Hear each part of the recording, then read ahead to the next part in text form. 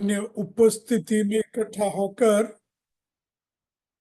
प्रभु के वचन का मनन आप लोगों के साथ करने को जो अवसर प्रभु ने दिया, इस अवसर के लिए धन्यवाद प्रभु को मैं सबसे पहले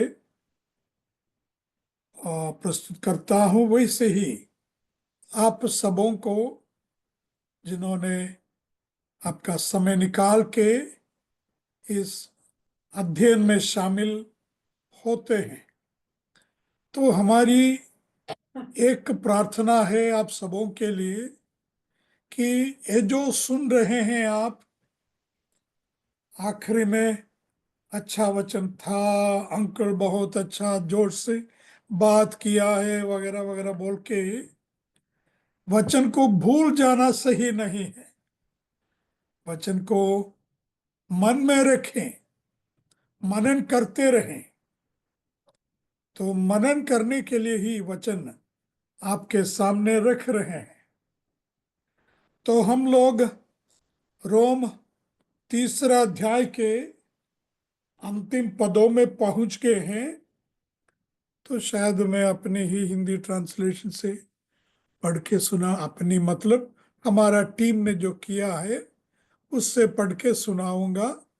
3 का अंतिम पद, मतलब मान लो 23 से लेके जो वचन हम सब जानते हैं 23वां पद, वहीं से पढ़ के आगे शुरू करते हैं, आगे बढ़ते हैं।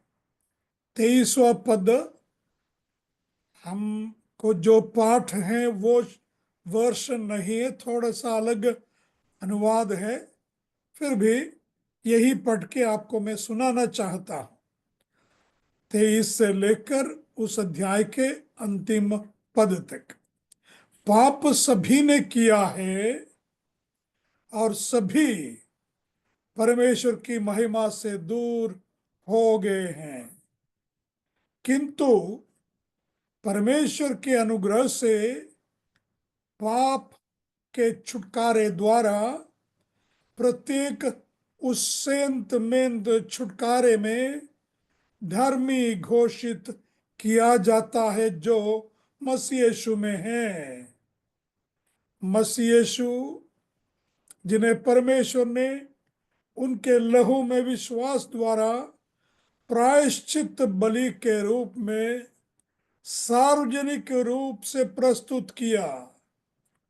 इसमें उनका लक्ष्य था कि अपनी ही धार्मिकता का सबूत मिले, क्योंकि परमेश्वर अपनी सहनशीलता के कारण पूर्व युगों में किए गए पाप को इसलिए टालते रहे कि परमेश्वर इस वर्तमान युग में अपनी धार्मिकता प्रकट करे कि वो स्वयं को तथा उसे धर्मी घोषित करे जिसका विश्वास मसीह यीशु में है।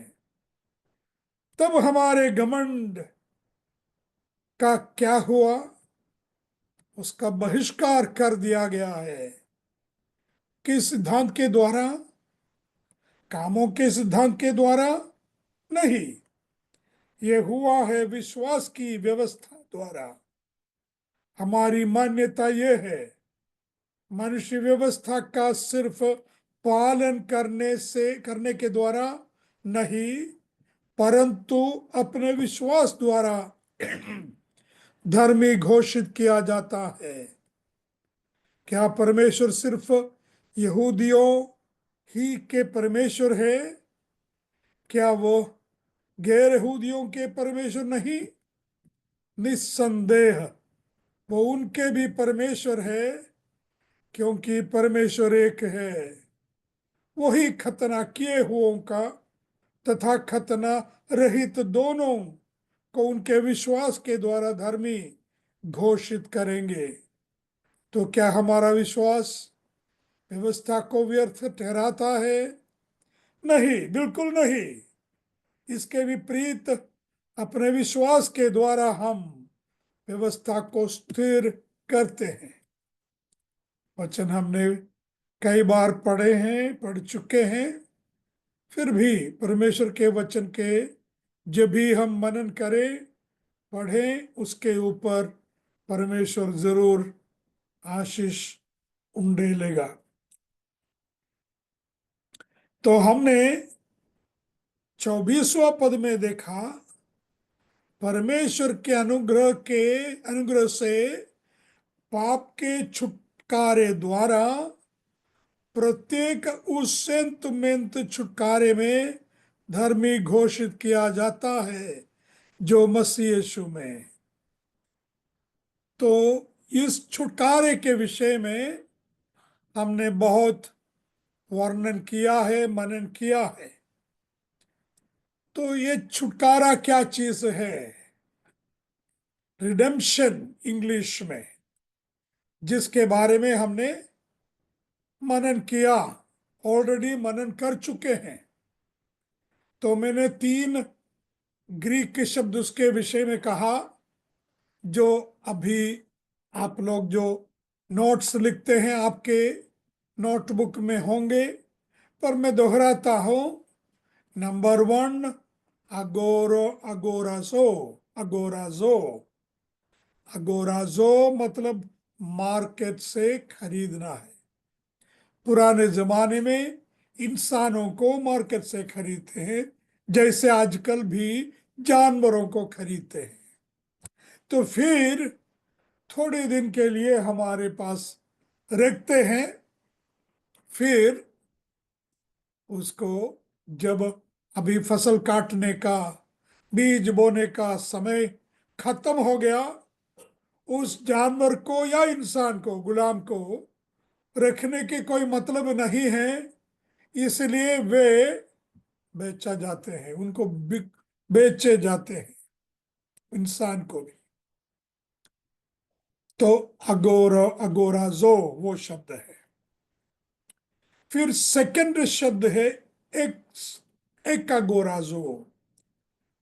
उसका मतलब है बाजार से खरीद के लाए, फिर उसको दोबारा बेचेंगे नहीं, अपने पास ही रखते हैं। वो भी इस्तेमाल किया है, वो भी शब्द इस्तेमाल किया है बाइबल के अंदर छुटकारे के लिए। पर ज्यादातर बाइबल के अंदर इस्तेमाल किया हुआ शब्द है जो अभी याद में आए होंगे, अपोलुट्रोसिस। ग्रीक वगैरह पढ़ के बोल के हम बढ़ा है ये समझाने के लिए नहीं, बल्कि अर्थ में क्या फर्क है, मूल भाषा में कितना अर्थ गहरा है, ये समझाने के लिए। अगोराजो बाजार से खरीदना, कुछ दिन तक रखना, दोबारा और भी बेच डालना। एकागोरोजो बाजार से लाया, फिर हमेशा अपना ही रख देते हैं। अपोलुट्रोसिस मतलब बाजार से खरीद के लाए, फिर उसको छोड़ देते हैं। जैसा पौलुस गलाती में कहते हैं, 5वां अध्याय का पहला वचन ना, it is for freedom Christ has made you free. Yeshu ने हमें आजादी, सच्ची आजादी क्या है वो महसूस करने के लिए, अनुभव करने के लिए खरीद लिया, मोल लिया अपने लहू से। फिर अभी कहते हैं तुम आजाद हो, यू आर फ्री इंडीड। तो वहां तक हमने देखा। फिर अभी एक महत्वपूर्ण पद के हमने मनन किया था, इसका 25वां पद में, 25वां वचन में एक महत्वपूर्ण शब्द है, छुटकारा नहीं, 25वां पद में है, परमेश्वर ने उनके लहू में, यानी यीशु के लहू में विश्वास द्वारा प्रायश्चित बलि के रूप में। आज हम इस प्रायश्चित बलि के बारे में थोड़ा मनन करेंगे, कर चुके हैं, फिर भी उसके बारे में थोड़ा सा हम गौर करेंगे, ज्यादा ध्यान देंगे। इसका पुराना नियम में कफोरत शब्द है। हम कफारा वगैरह हमारे हिंदी गीतों में भी गाते हैं। और ग्रीक में, दीपू वगैरह जो ग्रीक पढ़े हैं उन लोगों के लिए ये आसान रहेगा। ग्रीक में उसका शब्द है हिलास्टीरियन। हिलास्टीरियन यानी प्रायश्चित, प्रोपिशिएशन, प्रायश्चित। ये शब्द नया करार में 5 ही बार दोहराया है।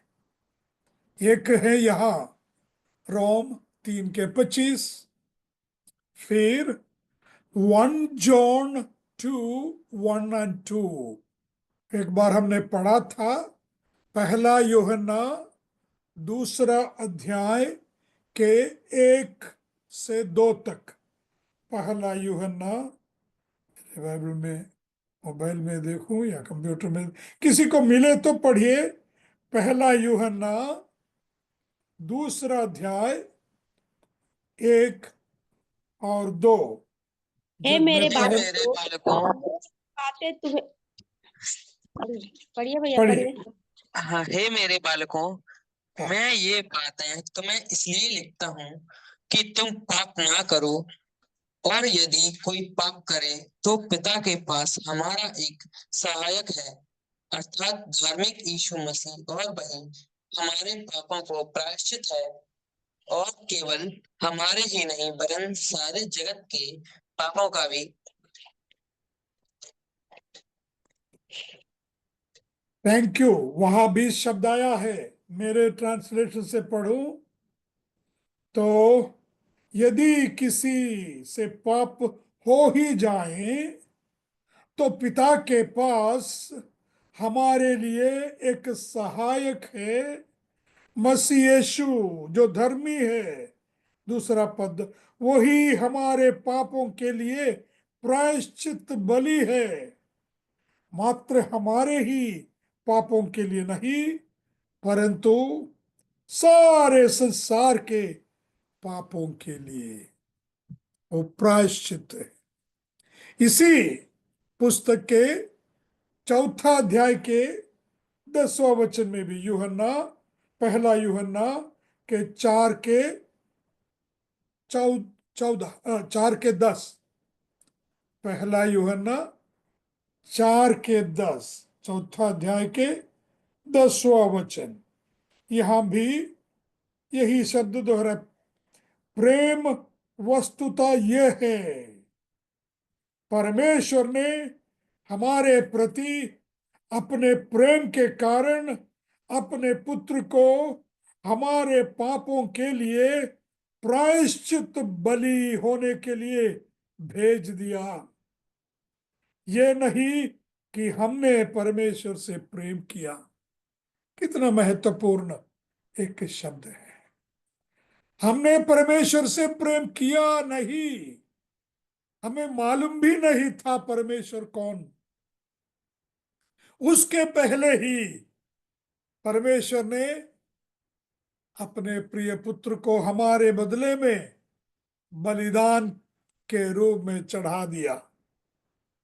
परमेश्वर का प्रेम तभी उसके बारे में सुन के हमने जान लिया कि प्रभु यीशु हमारे लिए किस प्रकार प्रायश्चित बना है।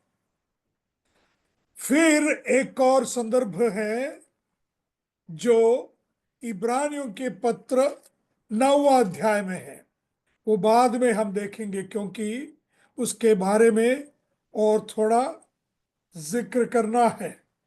पर वैसे ही प्रकाशित वाक्य के 5वां अध्याय 6 पद भी देखकर आगे बढ़ेंगे। वहां प्रायश्चित शब्द नहीं है, पर एक सच्चाई वो हमें समझाते हैं। Then I saw a lamb looking as if it had been slain, standing in the center of the throne, encircled, encircled by the four living creatures and the elders. तो प्रभु यीशु मसीह के बारे में हम देखते हैं वहां वध किया हुआ मेमने के तरह उसको दर्शाया है। तो वो पृथ्वी के संसार की सृष्टि के पहले ही वध किया गया मेमना है। इसलिए हम समझते हैं परमेश्वर हमसे प्रेम करते हैं हमारे जन्म के पहले ही, क्योंकि हमारे जन्म के पहले, संसार में इंसान होने के पहले ही परमेश्वर ने अपने बेटे को बलिदान कर डाला है। हम उसके बारे में भी बाद में थोड़ा सा जिक्र करेंगे। अभी आगे बढ़ते हैं। 4 मर्तबा नया करार में यीशु मसीह के बलिदान, प्रायश्चित बलिदान के बारे में मैंने बोला जिक्र किया। 5 है, 4 का रेफरेंस मैंने दिया। 9वां अध्याय इब्रानी के, उसके बारे में और थोड़ा स्पष्ट करना है, इसलिए थोड़ी देर वहां मैं रुक रहा हूं। इब्रानी 9वां अध्याय, इब्रानी अध्याय 9 में हम ये जो शब्द है प्रायश्चित, वो शब्द जिक्र किया है वचन 5 में। Above the ark were the cherubim of the glory overshadowing the atonement cover. प्रायश्चित के ढक्कन के ऊपर खरूब है, 2 खरूब दोनों बाजू में है। इतना हमने नया करार के हिलास्टीरियन शब्द के उल्लेख, हिलास्टीरियन शब्द के उद्धर शब्द का जिक्र देखा। हिलास्टीरियन शब्द को वहां बताया गया है। मैंने बोला नया करार में 5 बार है, 5वां बार, 5वें टाइम।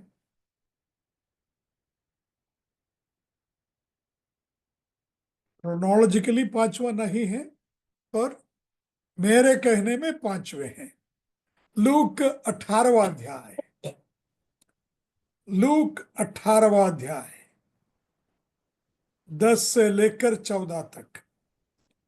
वो छोटी सी एक कहानी है जो यीशु ने कहा। 2 लोगों ने प्रार्थना करने गए मंदिर में। एक था फरीसी और दूसरा था एक चुंगी लेने वाला। फरीसी की प्रार्थना रही, सब हमें मालूम है, फिर भी मैं पढ़ूंगा। हाँ, उसके प्रार्थना ध्यान देने लायक है। फरीसी की प्रार्थना बहुत अच्छी एक प्रार्थना की ना। लूक 18वां अध्याय में फरीसी ने प्रार्थना की, बहुत अच्छी एक प्रार्थना की। प्रार्थना करने 2 व्यक्ति मंदिर में गए। एक फरीसी था तथा दूसरा चुंगी लेने वाला। फरीसी की प्रार्थना इस प्रकार थी, हे परमेश्वर, मैं आपका आभारी हूं कि मैं अन्य मनुष्यों जैसा नहीं है, छली, अन्यायी, व्यभिचारी और न इस चुंगी लेने वाले के जैसा भी नहीं। मैं सप्ताह में 2 दिन उपवास करता, बाकी सब एक ही टाइम करते, एक ही दिन में करते हैं, और अपनी सारी आय का 10वां अंश दिया करता हूं। हाँ, चुंगी वालों ने क्या इससे प्रार्थना की हम सबको मालूम है। चुंगी वालों ने, चुंगी लेने वाला ने दूर ही खड़ा होके मंदिर के पवित्रता के पास पहुंचने के लिए भी मुझे योग्यता नहीं है। मैं अयोग्य हूं समझते हुए दूर ही खड़ा रहा और दृष्टि तक ऊपर उठाने के सामर्थ्य, हिम्मत नहीं रही। नीचे अपने आंखों को करते हुए छाती पीटकर छाती पीटकर उसने कहा उसने कहा, हो थियोस हिलास्तेटी मोय जो हमाटो हमाटोले हमाटोलो।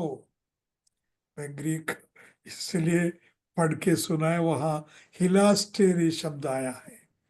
ग्रीक एक बार पढ़ूंगा ताकि आप में से कुछ लोगों को ग्रीक पढ़ने की आशा अगर पैदा हुई तो अच्छा है। होतियोस, हे परमेश्वर, हिलास्तेटी हिलास्तेटी, करुणा कर, करुणा कर। हिलास्टीरियन है दया का सिंहासन, करुणा का सिंहासन या प्रायश्चित का ढक्कन। पर इस चुंगी लेने वाले ने छाती पीट के कहा, हो तेओ हिलास्ते हिलास्तेटी हिलास्तेटी, दया कर किस पर? मोय तो हमार हमार टोलो, मोय मैं मुझ पर, तो हमार टोलोय एक पापी, मुझ पापी पर दया कर। यहां भी हिलास्टीरियन पूरी तरह नहीं है, हिलास्तेटी लिखा है, वही करुणा है। इसलिए हिलास्टीरियन जो ढक्कन है, उस ढक्कन का, संदूक के ढक्कन है, आप हमें मालूम है, पिछले हफ्ता हमने देखा होगा, नहीं तो आप देखिए निर्गम 25वां अध्याय। निर्गम 25वां अध्याय बाद में पढ़िए, कारण टाइम आगे बढ़ रहे हैं। निर्गम 25वां अध्याय में भिन्न भिन्न वस्तुओं की रचना के बारे में परमेश्वर ने मोशे के द्वारा आदेश दिया। और वहां निर्गम 25वां अध्याय में बताया है, मेक एन आर्क। 25 के पढ़ के सुनाऊंगा। द आर्क 25 के 10वां वचन से है, पर सारा पढ़ने के वक्त नहीं है। 25 से आगे आया, फिर 17वां पद में है, make an atonement cover of pure gold, शुद्ध सोने से एक ढक्कन बनाना। किसके लिए? संदूक के लिए। पिछले हफ्ता मैंने जिक्र किया था ऐसे ही कि उस संदूक के अंदर क्या क्या चीजें हैं। नंबर 1 महत्वपूर्ण है, सबसे पहले ही रखे गए हैं दो पाटियां, परमेश्वर के नियम, 10 आज्ञा, जिस पर परमेश्वर ने लिख के दिया। उस उन पार्टी, दो पार्टियां हैं उसके अंदर, जैसे मैंने पिछले हफ्ता भी जिक्र किया कि हमारे हरेक पाप के, हरेक गलती के, हरेक हमारे उल्लंघन के लेखा है वो, परमेश्वर के हाथ से लिखी हुई आज्ञा है। मैं समझता हूं, पर वो हरेक आज्ञा हमारे ऊपर, हमारे सामने उंगली दिखा के बताते हैं, तूने आज्ञा नंबर 1 को तोड़ा। क्या है? मैं तुम्हारा परमेश्वर यहोवा हूं, मुझे छोड़ और कोई परमेश्वर तेरा होना नहीं चाहिए। जब भी हम और किसी चीज को और किसी व्यक्ति को हम ज्यादा प्रेम करते हैं, धन दौलत को भी हो, वो हमारा परमेश्वर हो जाते हैं। फिर मूर्ति के बारे में, फिर परमेश्वर के लिए एक दिन अलग रखने के बारे में, फिर माँ बाप के आदर सम्मान करने के बारे में, फिर खून करने के बारे में, फिर वे विचार करने के बारे में, आखिरी में 10वीं आज्ञा लोभ करने के बारे में। परमेश्वर का स्वभाव दिखाने वाली 10 आज्ञा है, साथ ही साथ वो हमें याद दिलाती रहती है 10 आज्ञा कि हम कितने अयोग्य हैं। परमेश्वर की उपस्थिति में आने के लिए हम कितने अयोग्य हैं।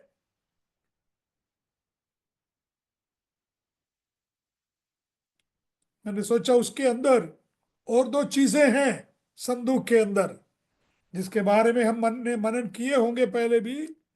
संदूक के अंदर और 2 चीजें बाद में रखी गई। इफिस हिब्रूस इब्रानी 9 अध्याय में उसका जिक्र है। इब्रानी 9 अध्याय के 3 से पढ़े, 4 से पढ़े, 3 से पढ़ रहा। Behind the second curtain was a room called the most holy place, which had the golden altar of incense and the gold covered ark of the covenant.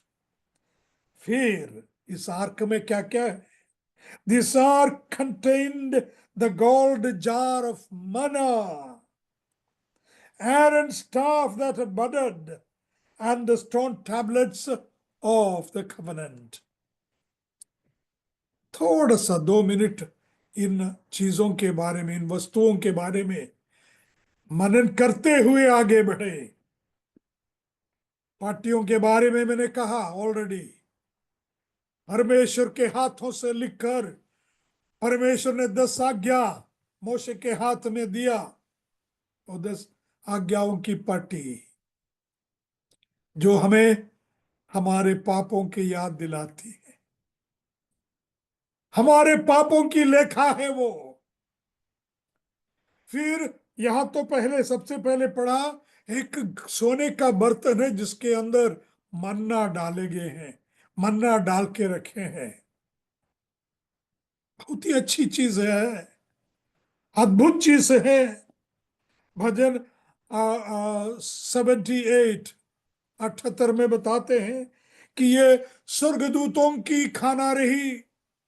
अद्भुत चीज। भजन 78 के 24 और 25 वचन में मन्ना के बारे में भजन लिखने वाले ने क्या बोला, लिखा है। पर इस मन्ना के बैकग्राउंड अगर देखें, सब कुछ पढ़ने के लिए वक्त नहीं है। मन्ना के बैकग्राउंड है निर्गम 16वां अध्याय में। निर्गम 16वां अध्याय पूरा पढ़ने के वक्त नहीं है, फिर भी निर्गम 16वां अध्याय खोलेंगे, वहां एक शब्द आपके ध्यान में लाना चाहता हूं। निर्गम एक्सोडस चैप्टर 16। एक्सोडस चैप्टर 16 में हम देखते हैं लोग कुटकुटाने लगे। The whole Israel community set out from Elim and came to the desert of Sin, which is between Elim and Sinai, on the 15th day of the second month after they had come out of Egypt. In the desert, the whole community grumbled against Moses. कितना दिन हुआ? 15th day of the second month. सिर्फ 45 दिन हुआ है। मिस्र देश से अति अद्भुत रीति से परमेश्वर ने उन्हें छुड़ा के लाए। भोजन के कुछ वस्तु, आटा वगैरह साथ में थे, खाते रहे। अभी 45वां दिन में कुड़कुड़ाने लगे। और क्या बोल के कुड़कुड़ाने लगे, वो ही अजीब लगेगा आपको। If only we had died by the Lord's hand in Egypt, there we sat around pots of meat and ate all the food we wanted. जिनको इतिहास मालूम है, आप समझेंगे ये झूठ बोल रहे हैं। क्या वहां हर रोज बड़ा बड़ा खाना था? हर रोज बिरयानी खाते थे? नहीं। ईंटें बनाने के लिए राजा के अधिकारी उनको कहा, और जब ईंटों की संख्या नंबर कम हुए तो उनके चबूक, उन अधिकारियों के चबूक पीठ पे गिरता था, रोते थे। यही देखकर, जैसा हम निर्गम 3 अध्याय में देखेंगे, मूसा को परमेश्वर ने कहा, मेरे लोगों की कठिनाई मैंने देखा है, मैंने देखा। I have seen. उनका रोना मेरे कान तक पड़ा, आया आ पहुंचा है। इसलिए परमेश्वर ने मूसा को कहा, चलो मेरे लोगों को छुड़ाओ। पर अभी 45 दिन के अंदर सब कुछ भूल गया। वहां हम बिरयानी खाते थे। मैंने गिना, शायद आपने भी गिना होगा, इस 16वां अध्याय में 7 मर्तबा लिखा है, दे ग्रम्बल और ग्रम्बलिंग, कुटकुड़ाते कुटकुड़ाते। तब भी परमेश्वर ने कहा, मूसा, ये लोग तुम्हारा विरुद्ध कुटकुड़ाते हैं, पर तुम्हारा विरुद्ध नहीं है, मेरे विरुद्ध कुटकुड़ाते हैं, तो उनको मैं खाना खिलाऊंगा। तो उसी अध्याय में हम देखते हैं, नेक्स्ट डे, 13वां दिन, 13वां वचन से आगे हैं। That evening, quail came, covered the camp, and in the morning there was a layer of dew around the camp. 13वां वचन, 14वां वचन. When the dew was gone, thin flakes like frost on the ground appeared on the desert floor. उस मरुभूमि में एक अजीब सी वस्तु दिखने लगे। शाम को तो लावरिया आई, मतलब पक्षियां, लावरिया बोलते हैं ना, पक्षियां आई, उनको पकड़ के खा लिया। फिर अभी सुबह एक अजीब सी वस्तु जमीन पर है। लोग, कुछ कुछ लोगों ने उसको, कोई निकाल के देखा, कोई चाट के देखा, कोई खा के देखा, ये क्या चीज है, ये क्या चीज है, कभी नहीं देखी, कभी नहीं देखी ऐसी ये चीज क्या है। आपस में चर्चा करने लगे, ये क्या चीज है। शायद आप लोगों को मालूम भी है माना शब्द का अर्थ। मा ना, इब्रानी भाषा में मा मीन्स व्हाट, ना मीन्स दिस। माना मीन्स, माना का अर्थ है ये क्या है, व्हाट इज दिस। इसलिए मैंने कहा, भजन लिखने वालों को भी लगा ये क्या चीज है, इसलिए बोला स्वर्गीय दूतों का भोजन होगा। ठीक है। माना अद्भुत रीति में परमेश्वर अपने लोगों को खाना खिलाया, उसका एक प्रतीक के रूप में उस संदूक के अंदर रख दिए। फिर भी साथ में ये भी भूलना नहीं, लोगों के अविश्वास, परमेश्वर के विरोध कुटकुड़ाने के भी एक प्रतीक रहा ये माना। तीसरी वस्तु रही, क्या है वहां दिया है इब्रानी में, आहरोन की छड़ी, जो फूली फली है। आहरोन की छड़ी, जिससे लाठी हो, छड़ी हो, जिसके अंकुर फुटे। वो भी कहानी शायद आपको मालूम होगा, गिनती के किताब 17वां अध्याय में है। 16-17 दोनों पढ़ना है, इसलिए मैं पूरा नहीं पढ़ूंगा। गिनती के किताब, वहां भी एक दूसरी दूसरी समस्या है, रिबेलियन, बगावत। कुल 12 गोत्र है, 12 गोत्रों को अधिकारी है, और वैसे ही 12 गोत्रों में से लेवी गोत्र को चुना है। तो लोग पूछने लगे आपस में, क्या लेवी ही गोत्र है जो लीडरशिप के लिए योग्य? क्या हम यहूदे को लीडरशिप की योग्यता नहीं, योसेफ को लीडरशिप की योग्यता नहीं, क्यों सिर्फ लेवी गोत्र को लीडरशिप? तो परमेश्वर ने बाधा भेजी लोगों के बीच में। बाद में आप पढ़िए। पर परमेश्वर ने कहा, मैं दिखाऊंगा कौन है, किसको मैंने चुना है। लीडरशिप, कलीसिया की लीडरशिप हो या समाज के लीडरशिप हो, वो परमेश्वर के ही चुनना है, परमेश्वर ही चुनता है। तो परमेश्वर ने दिखाया, हर गोत्र के लीडर के हाथ में जो लाठी रही, उसको परमेश्वर के वेदी में, वेदी के सामने, परमेश्वर के भवन के सामने रखे, भवन के अंदर रखे। नेक्स्ट डे देखा, दूसरा दिन देखा, अहरोन की लाठी अंकुरित हो गई, उससे पत्तियां निकली, फूले निकली, फल भी निकले एक ही रात के अंदर।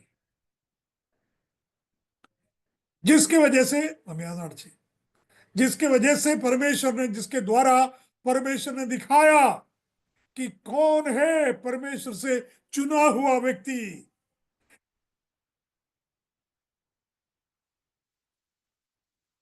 कौन? अहरोन के गोत्र को परमेश्वर ने चुना है, दिखाया।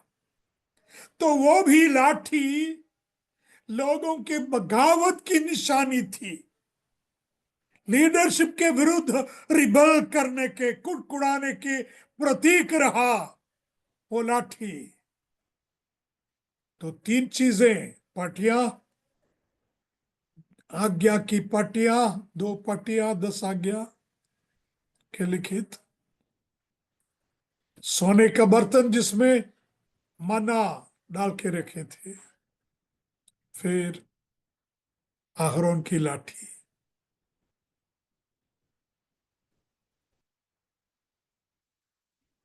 तो इस्राएली लोगों की गलतियों को याद दिलाने वाली वस्तु, उनके पाप की याद दिलाने वाली वस्तु,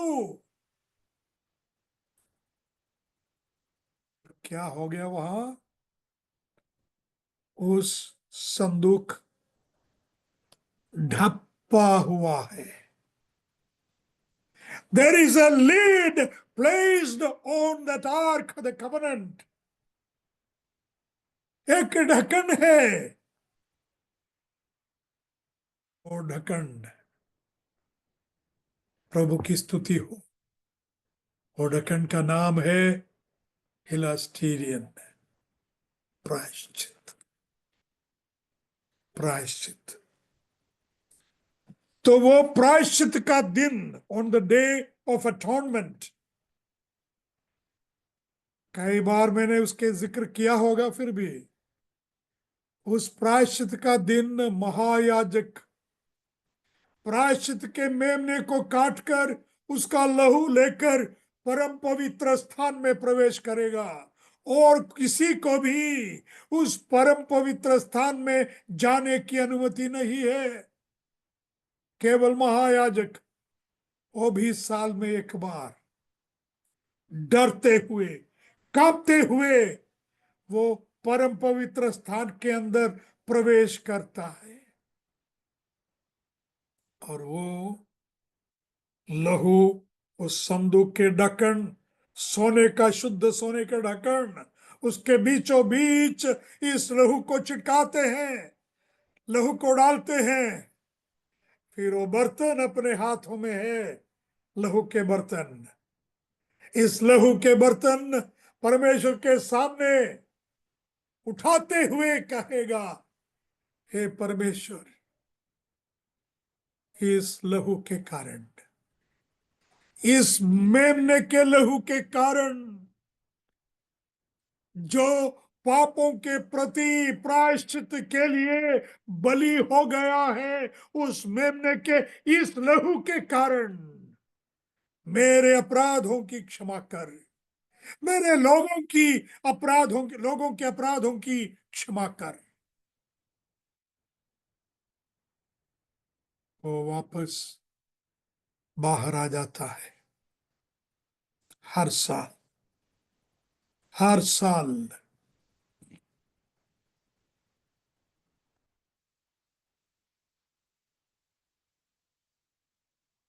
हम जब परमेश्वर की उपस्थिति में जाते हैं, इसराइली, एक इसराइली परमेश्वर की उपस्थिति में जाते हैं, उसके बारे में सोचो। प्रायश्चित का दिन परमेश्वर से कहता होगा, I know you have broken the law, मुझे मालूम है तूने आज्ञा सारी तोड़ डाली, मुझे मालूम है तूने मेरे विरुद्ध, मेरी करुणा के विरुद्ध, मेरे प्रेम के विरुद्ध संशय किया है, शंका की है, अविश्वासी बना है, और तूने परमेश्वर के वचन के विरुद्ध मत्सर किया है, बगावत किया है। परमेश्वर कहता है, you deserve to be consumed. अग्नि के झील में जलाए जाना वही है तेरी योग्यता, उसी के लिए तेरा हक है।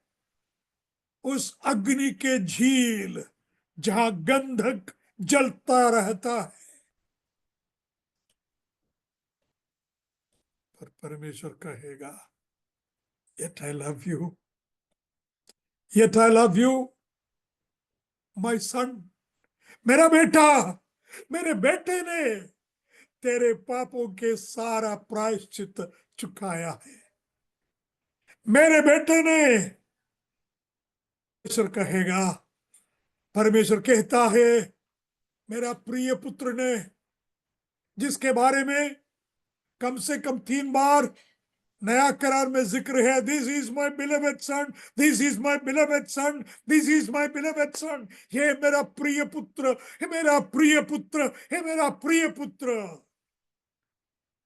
प्रिय पुत्र को मैंने तुम्हारे बदले में बलि के रूप में चढ़ा दिया, सूली पर चढ़ा दिया।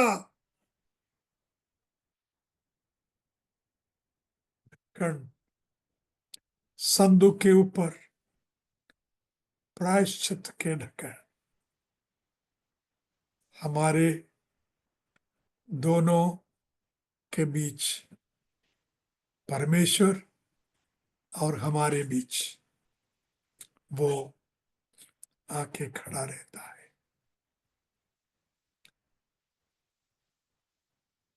हमने लूक 18 का पद पढ़ा है, ग्रीक में भी पढ़ा, हिंदी में भी है, परमेश्वर मुझ पापी पर दया कर। ग्रीक क्यों पढ़ा है, उसका सीक्रेट, उसका भेद मैं अभी बताता हूं। क्योंकि ये जो शब्द है हिलेस, हिलास्थेटी, बीच में है। एक जगह में हो तेओस परमेश्वर है,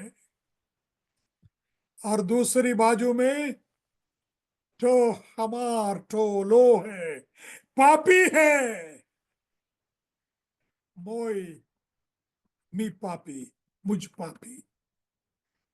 पर बीच में शब्द है हिलास्तेटे, करुणा, करुणा। यही मैंने कहा भी कि परमेश्वर कहता है, ठीक है, तूने सारी आज्ञा तोड़ी, तूने कुड़कुड़ाई, तूने मेरे विरुद्ध बगावत की, फिर भी तेरा और मेरा बीच में एक बिछुए के रूप में मेरा पुत्र है, मेरा प्रिय पुत्र है, जो तेरे लिए सलीब पर चढ़कर जिसने अपनी जान को दे दी।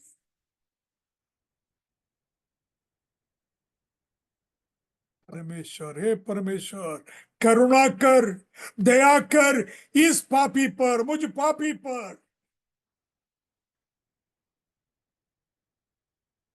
इसलिए मैंने बोला इस संदूक महत्वपूर्ण है, प्रायश्चित महत्वपूर्ण बात है।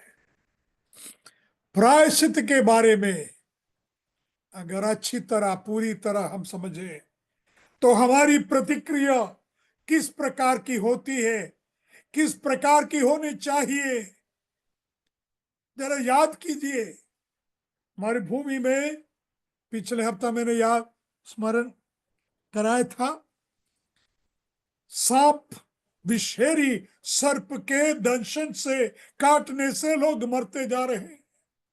परमेश्वर ने कहा पीतल के एक सांप को बना के बीच में रखो, बीच में उसको लटकाओ, लोगों को देख पाए, लोग देख पाए वैसे। और जो कोई उस पर देखेगा उसका वो सांप के विष से मुक्त हो जाएगा। तो प्रभु यीशु मसीह ने क्या किया? यूहन्ना 3 अध्याय में निकोदिमुस से बहस करते हुए, वार्तालाप करते हुए यीशु ने कहा, वहां जैसा मोशे ने मरुभूमि में सांप को ऊपर उठाया, उसी प्रकार मानव पुत्र को उठाना पड़ेगा। जो कोई उस पर देखेगा उसका उद्धार होगा, जो कोई उस पर देखेगा उसका उद्धार होगा। तो परमेश्वर ने उस सांप के दंशन, उस सांप के विष सारा अपने पुत्र पर फैलने दिया। अक्षरशः नहीं बोल रहा हूं, आध्यात्मिक तौर से।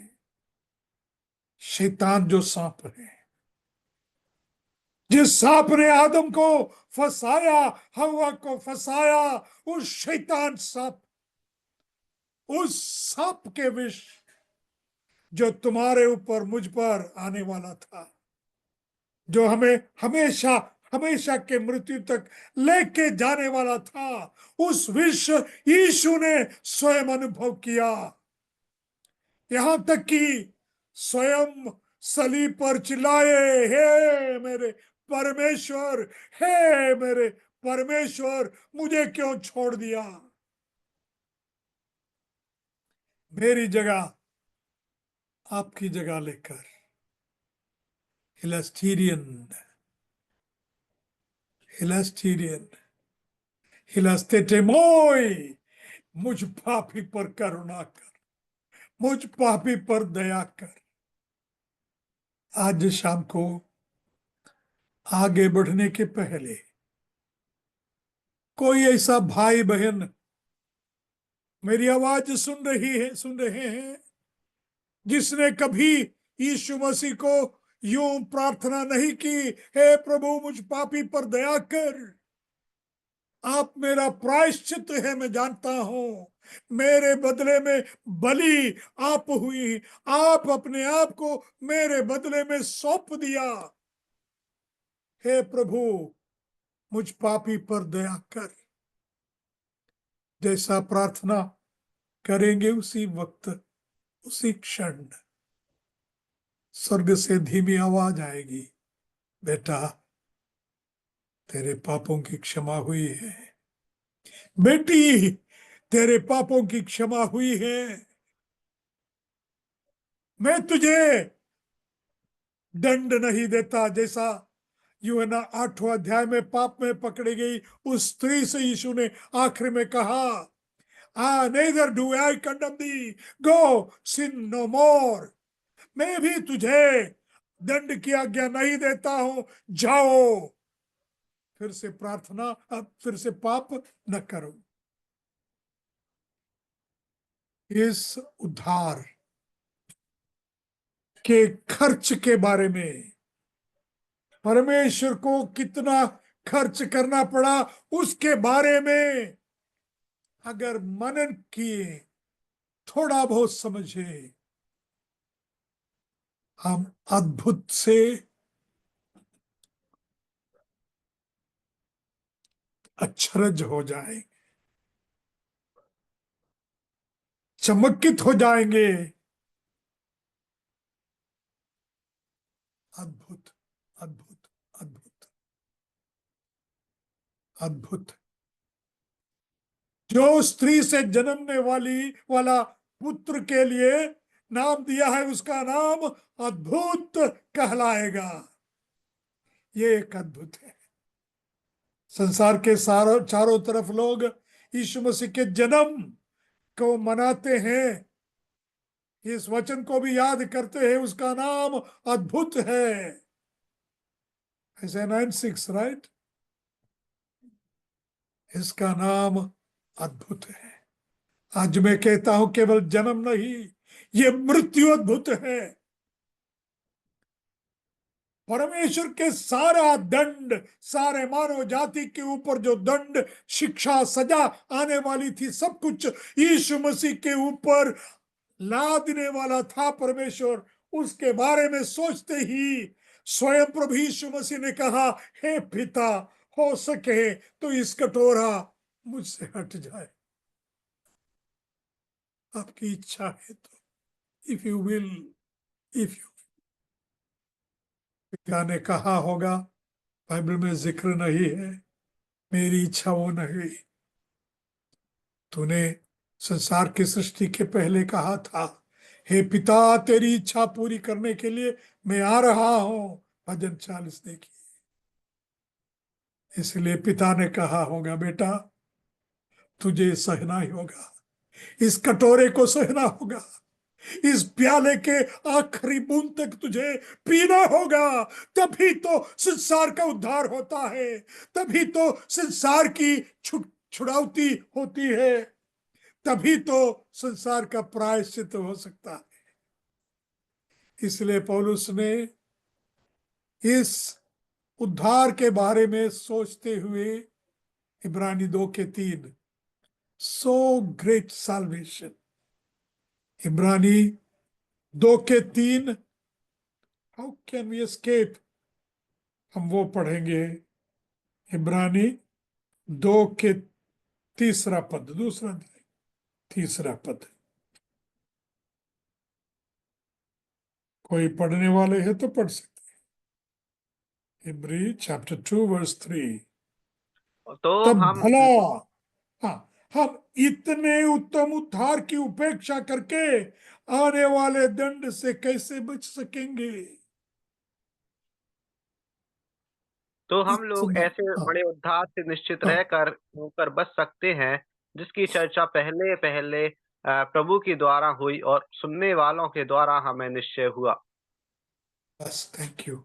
सो ग्रेट साल्वेशन, सो ग्रेट, कैसे बोल सके, कैसे वर्णन कर सके, कैसे नाप कर सके, कैसे गिन कर सके। The salvation that we enjoy, हम उद्धार पाए हुए लोग कभी भूलना नहीं, ये बड़ा सा उद्धार है, उसके समान और कोई चीज नहीं है। परमेश्वर ने स्वयं अपने पाप का निवारण किया। दूसरा एक प्रतिक्रिया, अद्भुत अचरज होते हैं उद्धार के बारे में सोचते हुए। पर जरा सोचिए, परमेश्वर स्वयं इंसान बनकर आकर अपने ही गुस्सा, अपने ही क्रोध उसी पर, समझ के बाहर, समझ के बाहर है। परमेश्वर स्वयं अपने ऊपर ही अपना गुस्सा लाद देता है, छोड़ देता है। प्रभु यीशु मसीह, जिसने जल के सारे स्रोतों को बनाया, जल के सारे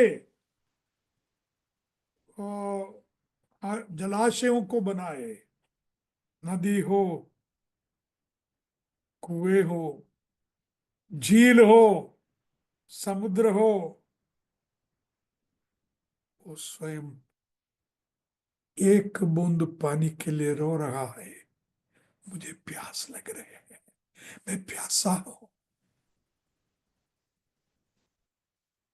सारे सारी सजा, सारा क्रोध अपने ऊपर, ये समझने के बाहर है। और पाप पाप पाप बोलते हैं, पाप तो क्या है? पाप क्या है? पाप छोटा मोटा कुछ गलती है। अगर पाप एक छोटी मोटी बात रही, अगर पाप एक साधारण बात रहे, परमेश्वर स्वयं आकर उसकी सजा अपने ऊपर लेने की क्या जरूरत? उनके परमेश्वर के हाथों की रचना इंसान, आप और मैं, हम ही ने पाप किया, तो हमारे पापों से हमें बचाने के लिए परमेश्वर स्वयं सजा सह रहा है। के बारे में जरा सोचिए। पाप तो छोटी मोटी बात नहीं। चलो आखिरी में एक दो वचन पढ़ के समाप्त करूंगा। नीति वचन का पहला अध्याय 7वां वचन सबको पाठ होगा, मालूम है ना?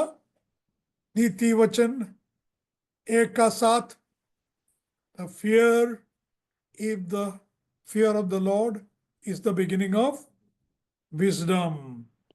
विस्डम परमेश्वर का भय, बुद्धि का यहोवा का मूल है। भय बुद्धि का मूल है। डरना चाहिए। और उसी नीति वचन के 8वां अध्याय के 13वां पद, 8वां अध्याय के 13वां पद, पाप से घृणा ही यहोवा यहोवा के प्रति भक्ति है। पढ़िए। यहोवा का भय मानना बुराई से बैर रखना है। घमंड और अहंकार बुरी चाल से और उलटफेर की बातों से मैं बैर रखती हूँ। पाप से घृणा, fear God is to hate sin। पाप से घृणा ही याहवे के प्रति श्रद्धा है। इस अनुवाद से मैं एक बार पढ़ के समाप्त करूंगा। नीति वचन के 8 के 13 है, इसमें थोड़ा सा अलग है, इसलिए मैं इसे पढ़ू। 13, पाप से घृणा ही याहवे के प्रति श्रद्धा है, मुझे घृणा है अहंकार, गर्वोक्ति, बुराई तथा छलपूर्ण बातों से। पाप से घृणा जो परमेश्वर करते हैं। अगर परमेश्वर के स्वयं के लोग हमें बनना है, हम परमेश्वर के ही लोग हैं, इस सच्चाई हमारे जीवन में प्रकट करना है, तो पाप से घृणा करना है। पापमय बातों से, पापमय विचारों से, पापमय कामों से अपने आप को अलग करना है। उसके बारे में सोचिए दोबारा, परमेश्वर ने क्या किया। पाप को इतना घृणा करता है, पर हमें पापियों के लिए, शैतान के लिए जो अग्नि का झील बनाया था उसमें नहीं डाला, बल्कि अपने पुत्र को डाला, अपने पुत्र को सजा दी। फिर पाप को प्रेम करने के लिए फिर से मैं कैसे जाऊं? लोगों ने सुना होगा एक सुंदर गाना है क्रूस पर क्रूस पर। मलयालम गाने का ट्रांसलेशन है, उसका एक दो पद मैं पढ़ के सुनाऊंगा। क्रूस पर उसका कॉरस और एक दो पद।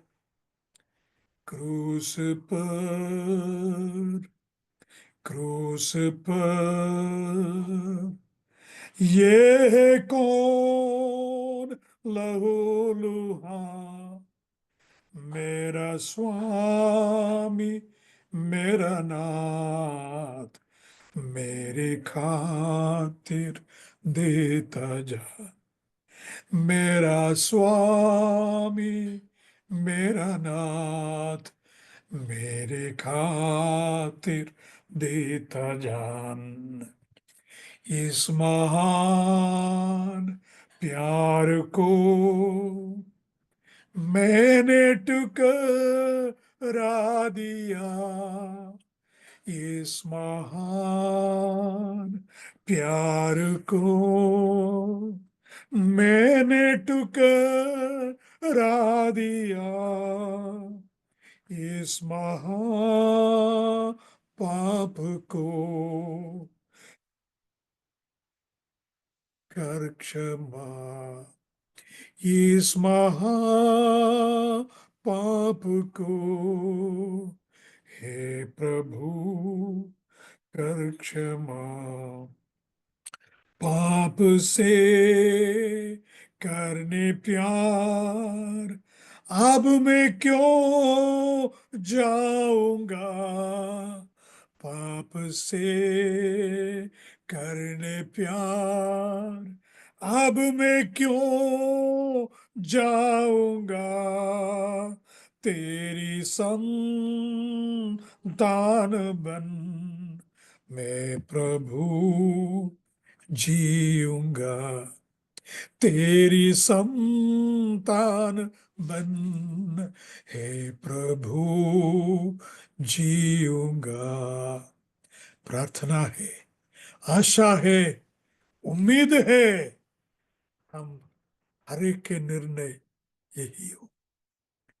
पाप से मैं कैसे प्रेम कर सकूंगा जब परमेश्वर का प्यारा, परमेश्वर का दुल्हारा हमारे पापों के सारी सजा अपने ऊपर लेकर एक एक दुष्ट के समान क्रूर वेदना सहते हुए प्राण को आहुति की।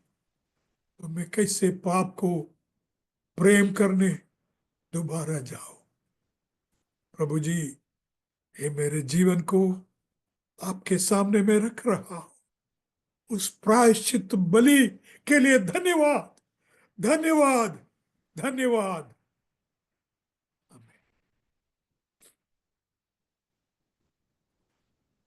आमीन।